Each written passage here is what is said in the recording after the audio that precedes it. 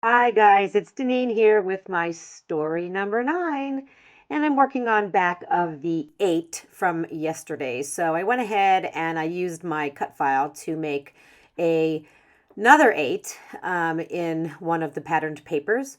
I'm using this felt pocket from last year's release. It's my last one, and I'm so sad because I love them so much. I added my journaling with some sticker paper and a little chipboard star. So that's going to go on the bottom of the, I'm going to call it an 8. So even though it's story 9, it's on the back of the 8. Here are four, well, actually, there's 5. There are 4-inch circles, and then all of my photos are also 4 inches. And I'll show you here what I did to a few of them already. Kind of planned this ahead of time. On the bottom half of each photo is a piece of vellum, and I had printed my journaling on the vellum, and then I covered the bottom half of each photo. So I'll show you in my video here how I did that. With the remainder of the photos. And then here, of course, we have the vellum, and this is the remaining 3 stories. So I'm going to go ahead and show you how I did this. Very simple, very easy. I just went ahead and I got my photo and I placed the vellum on top of it, and I just marked with a little pencil how far down I needed to go. Put it into the 4-inch punch and then line it up and punch it out, and that's it. So it ends up being another 4-inch circle, and I will chop off the top part because I'm not using it. And then I do use adhesive to put this onto the photo. Very, very, very little adhesive. Just enough to just hold that vellum on there ever so slightly. It is not going to go anywhere. There were a few spots where you can see the adhesive, and I'm pretty sure I'm the only one who's going to see that. So no big deal. But I was able to get 7 photos and all of this journaling. Wait till you see how this turns out.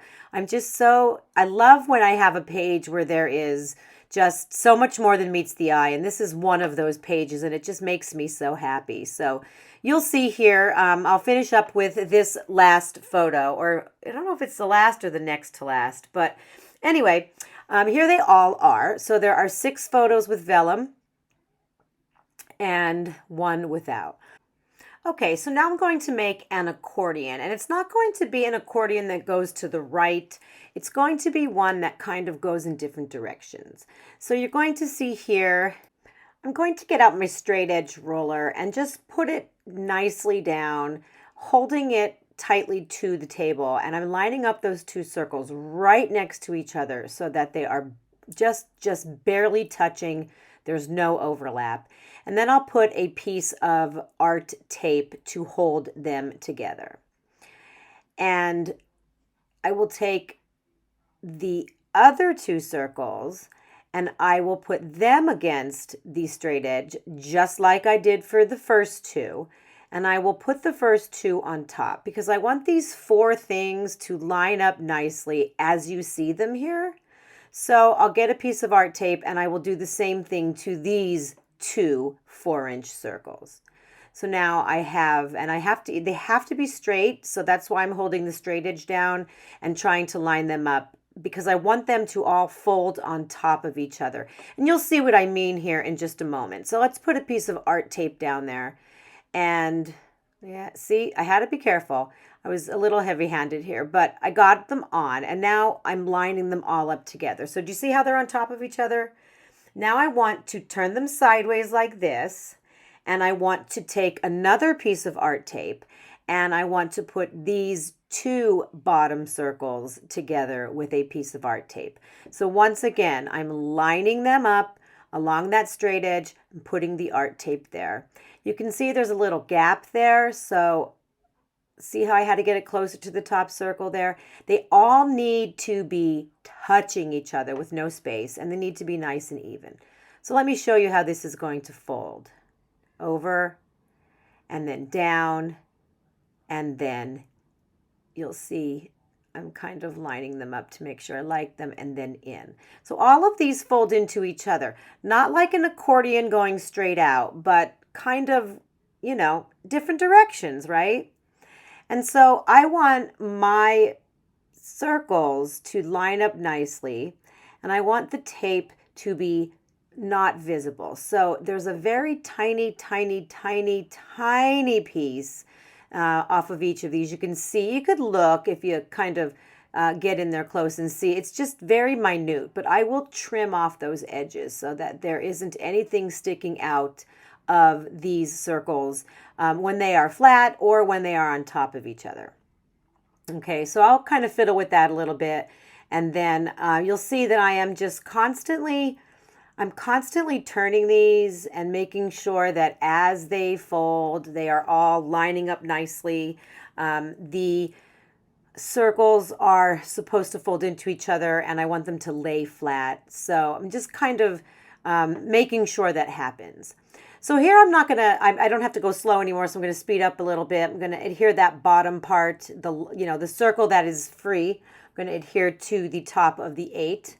And I'm also going to kind of reinforce all of my connections with a little bit of extra art tape. So just to be sure that everything is kind of nice and sturdy, right? So what you'll do now is you will take the first photo and you are going to place it on that base. So it's the number 8 and then the bottom circle and then a photo on top of it. Next to it is going to go the next photo. One thing that I will point out to you here as I'm doing this is where those photos are connecting together, I am slicing off the tiniest of that circle there, just to make sure that we're not getting any resistance as they are turning. And then I'll go ahead and add the third one, and once again make a little trim there where they meet, I guess you can say. And I have 2 more photos to adhere. One thing I also want to say is, as you're doing this, before you put the photos on, make a decision. Does the order of the photos matter? For me, it did, so I had to be careful with what photo I put where because I did some journaling on them with the vellum, and I wanted the story to be followed. So one thing you'll see coming up here is that I'm also going to go ahead and I'm going to number each one of these because I want the reader to follow the story, follow the photos as they are meant to be told. If you are just adding regular everyday photos with no specific story for each photo, which I will admit would probably have been a lot easier, you're not going to need to number them. But I kind of went a little crazy with my stories and my journaling, so I did add some gold numbers there. Here is the felt circle, my last one. I said that already. Okay. Anyway, I'll get over it. I'll kind of put that on there with some score tape. And then I'll get a die cut from last year that says Super Basic December Day, and I will use some score tape to put that on top there. So I'm really loving how this turned out. It's just fun. One of the things that I struggled with here was how am I going to keep these from just like falling open? And I had gone through a container of old clips, and I finally settled on a paper clip. Yes, a paper clip. I thought to myself, you know what? Paper clips are awesome, aren't they? I'm just going to clip it together, and there's going to be a little piece at the top, and I'm probably going to go ahead and I'm going to put a number on it, or I'm going to put some kind of doodad hanging off the paper clip. And again, this part of the video is just me going through, what kind of number can I add to my page? So I have a plastic number there, and I'm trying to thread it onto the paper clip, and it's just not working. And then I decide that I'm going to get some ribbon, and perhaps I could tie that onto the paper clip. And you'll see here that also did not work either. And I tied some ribbon on it. Didn't like the way the ribbon looked, so I took all the ribbon back off. So hey, we all change our minds. I just happen to be changing my mind about every 4 seconds in this video. But you will notice that in the end, I do decide that I am going to use the ribbon. So I like the ribbon. The ribbon made me happy. The numbers, not so much. And I couldn't settle on it. So I pulled out I'm not sure. I don't know if these puffy gold stickers that I end up using are from this year's release. It was kind of like weird. I think there was puffy gold last October, and then puffy gold last December, and then puffy gold now. But I don't think any of the puffy gold are the same. So anyway, I digress. I find a 9, I put it on there, and then I go ahead and I put my ribbon back onto the paper clip, trimming it, and I'm finally happy. So this is my end result. It's going to go back to back once I adhere it to the 8. And then the reader is going to be able to open this up and then turn this one up and then that one over, following the numbers, and they're going to get the whole story. Alrighty, well, here it is inside of my album, back to back with the number 8.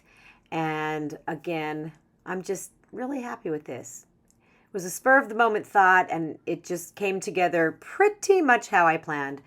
There it is when you flip open the first set of photos, and then you can flip it up to reveal the next photo, and then flip it over to the left, and you will finally see all of the photos. And I'm just so excited that I got so many pictures into such a small space. And there it is, all opened up in my album. I do have those 2 top circles propped up for you, just so that you can see them. They do not stand up nicely by themselves, but that's okay because the reader is going to have them in their hands as they're reading them. So that's it, guys. That is day 9, and thank you for following along.